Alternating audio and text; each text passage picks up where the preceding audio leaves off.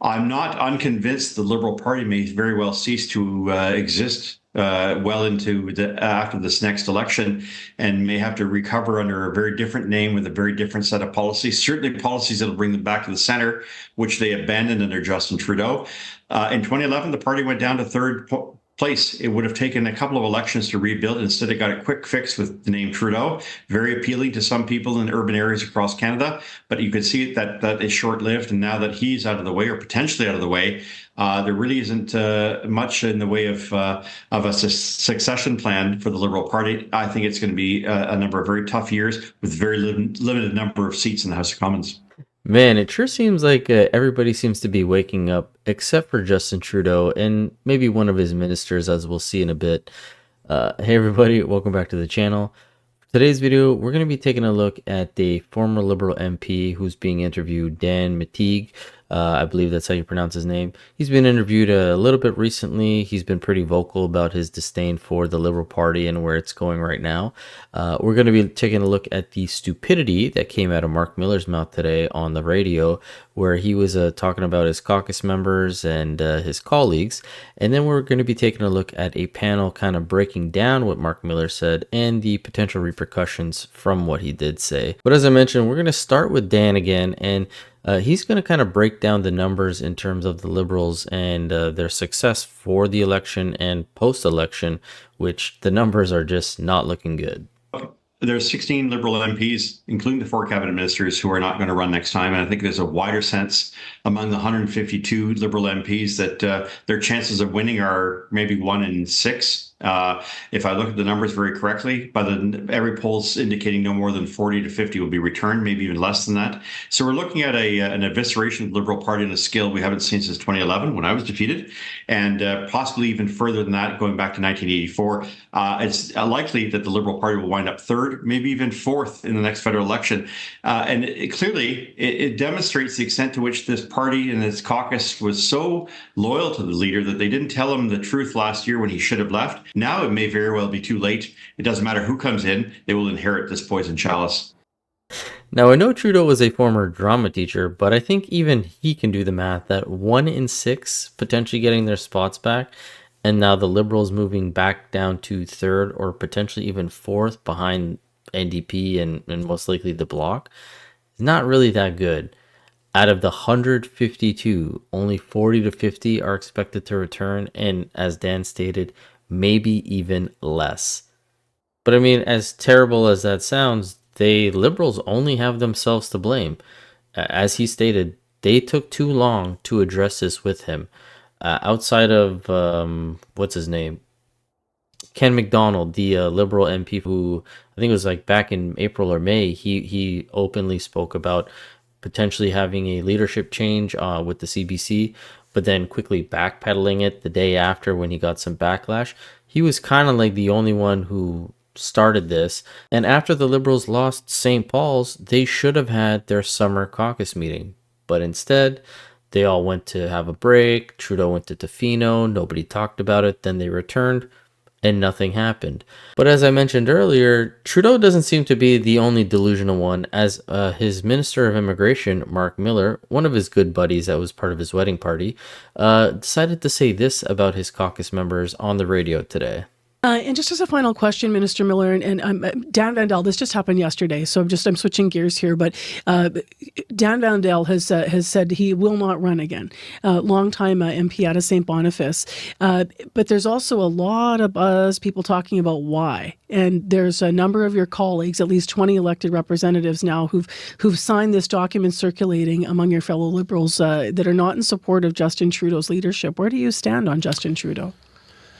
Look, I wouldn't mix the departures of those ministers with fair enough, yeah, with the other situation. Dan has been an exceptional friend and colleague, particularly in my previous file with Indigenous issues. I'll miss him, but he's doing it for very personal reasons, and I think he would be the first to be shocked if it were suggested it was out of question of loyalty to the Prime Minister. Because he's an outstanding guy. So I'm given my position as a minister, given my proximity to the Prime Minister, I'm probably not the first person that people come to if they're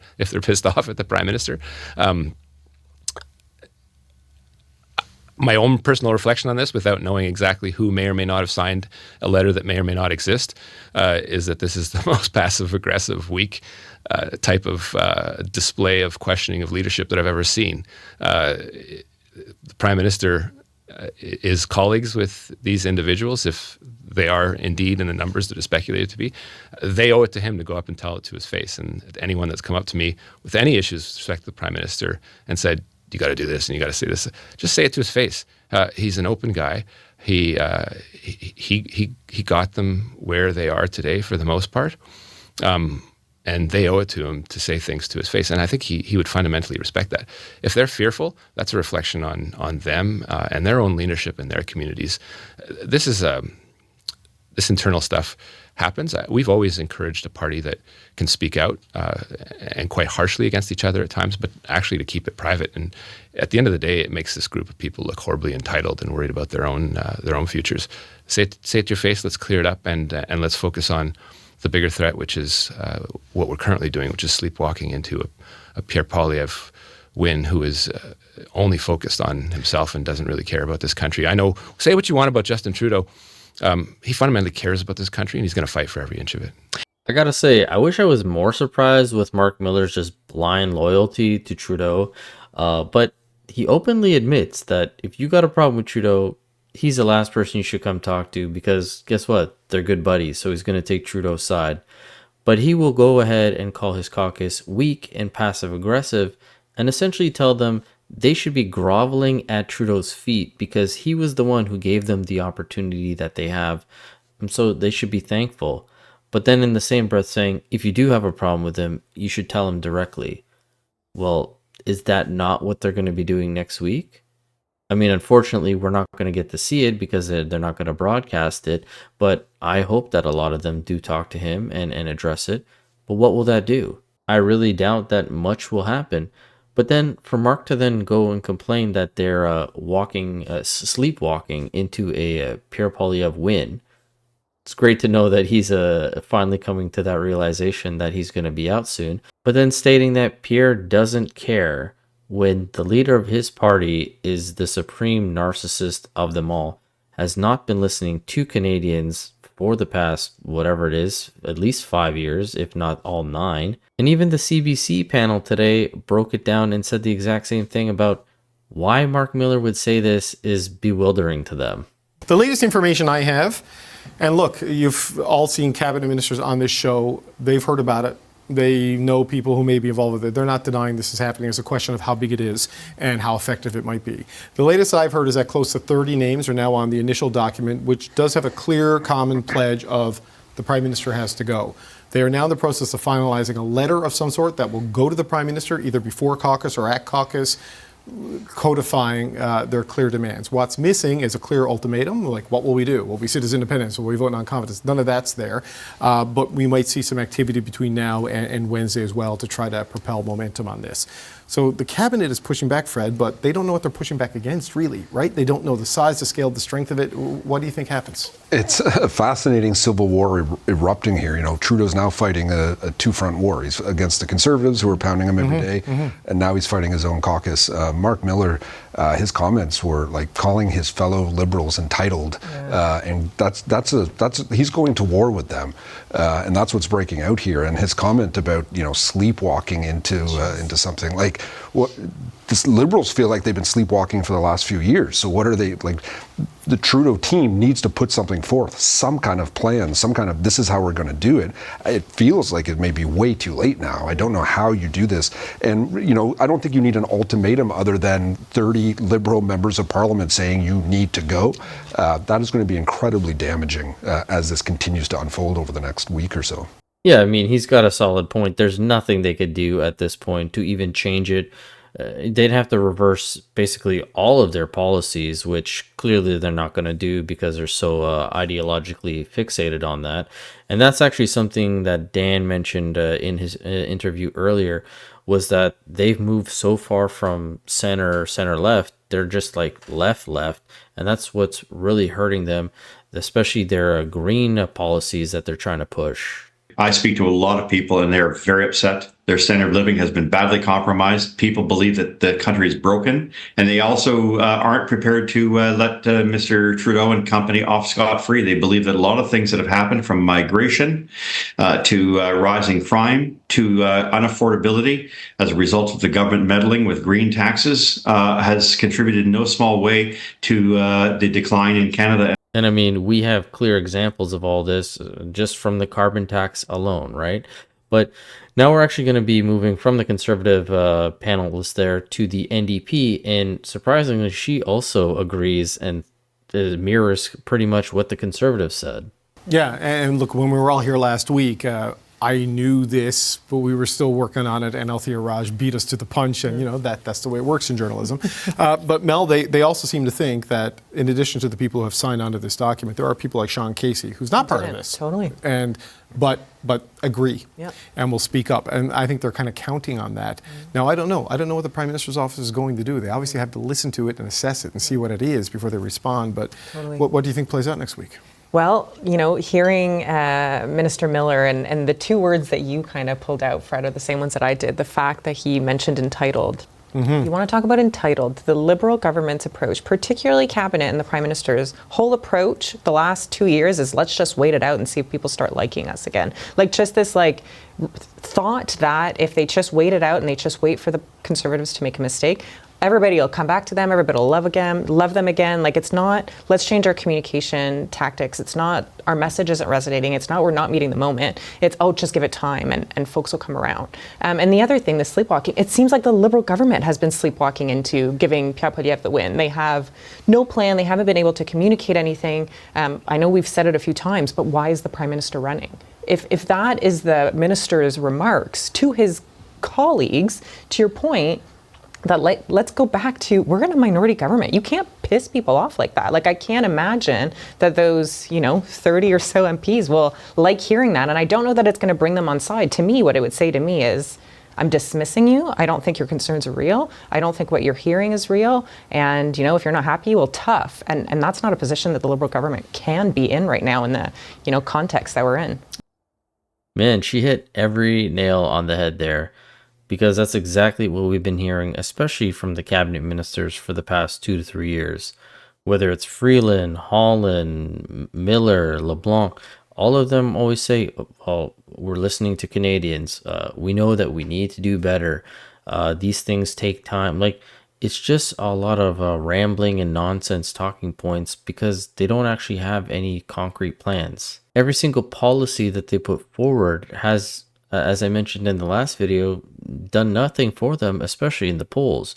They released this generational wealth. They're talking about the capital gains tax. They changed the name of the carbon tax to the Canadian carbon rebate. None of these things have helped them. Canadians have clearly seen that they're not helping. They announced all these initiatives of decreasing immigration, building more houses, yet we don't see anything like that. They talk about a school food plan, which hasn't fed any children yet. It's just a lot of hot air that's given from the Liberals right now, and they are blindly following Trudeau through the mist and are about to fall off the cliff. So yeah, they're the ones that are sleepwalking, as she mentioned. And surprisingly, even the Liberal panelist pretty much agrees with them. He kind of rebuts them sleepwalking for the past 2 years, even though we know that's true. But yeah, he basically agrees with them as well. Greg, do you think they'll see it that way? And I do want to point out, we did have the 4 cabinet ministers this week say they're not running again. It's not connected with this. There's very individual and specific reasons there. So I don't want people to think those departures are fueling any of this. But so, Greg, how do you think people will take what Mark Miller had to say there? I mean, to me, it sounds like if you're going to do this, do what Sean Casey did. Put your name on it, put your face on it, and go public with it, right? Yeah, I mean, I disagree with some of the wording that Mark Miller used around entitled. I mean, I think people would push back at Minister Miller and say, you've known Justin Trudeau a long time. You're in cabinet. You have access that we perceive that we don't. I'm not sure I entirely agree with Mel about sleepwalking through the last 2 years. I think, the pre-budget rollout, for example, was innovative. I think at another time when the Liberals were not dragging in the polls, it would have been, a huge help for any government to do something that way. The reality was, polling showed a lot of Canadians liked the policies. They didn't like the top policymaker. So that should have been a time to pivot to something else. I gotta say, I find it amusing that he's saying if the pre-budget rollout wasn't done when it was done, it would have been much more of a success. Well, unfortunately, that's not quite how things work. But if you did have information that people didn't have a problem with the policy and they had a problem with the guy at the head of the policies, then yeah, you should have thought about maybe getting Trudeau out of the picture. Who you replace him with, I don't really know, because a lot of the other ministers are hated just as much as Trudeau is. But I will tell you that having one of your cabinet ministers do what Mark Miller did today definitely does not help. Because as the Liberal panelist got to the end of his answers, he made a solid point that it's not just the cabinet ministers that you need to be concerned about, it's also the backbenchers that are going to be replacing them. You got to keep them happy. And if you have this guy saying that they're weak, passive aggressive, entitled, sleepwalking, this doesn't bode well for any good internal relations. But as we move back to the NDP panelist, she actually makes the point that there was internal dialogue. People brought this up internally and it was just ignored. And if you're not willing to have the conversations, how is anything going to get changed? Even in this like internal conversation of, we hear that you're frustrated, we hear that it's not fun on the doors. Maybe it's not, this is my future, I'm not going to get reelected again. But a lot of people, when they join politics because they really believe in their party. And if they're seeing that their party could be, eviscerated in this next election, and they're thinking, can we make sure that the Liberal Party is still relevant in this next election?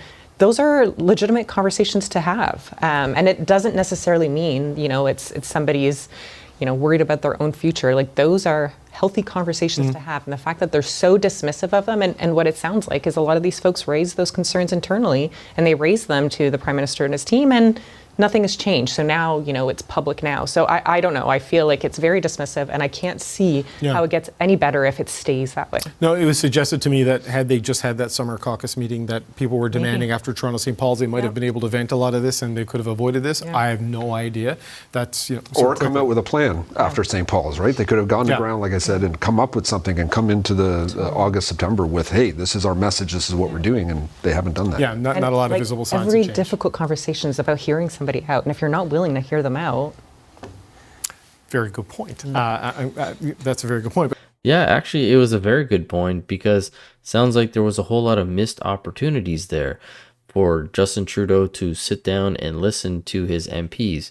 Now, this is not just for Justin. This goes for any political party, any political leader. If you're not willing to sit down and have these tough conversations, this might happen to your party. And you can say that these guys are trying to do it for self-serving reasons, that they're so concerned now. But if the party itself is going to fail, then them doing it for their own reasons doesn't make a difference. You actually need to think about the party as a whole and do what's best for the party. Justin clearly doesn't do that. He just thinks about himself, and he wants to stay, leader for as long as possible. So it's kind of contradictory to what Mark Miller was saying earlier about how Justin cares about Canadians. If he did, he would listen to us all and get the hell out. But as always, it's just my opinion. Love to hear from you guys. If you could, hit the subscribe button. It does really help the channel out a lot. And as always, I will catch you guys on the next one. Thanks so much.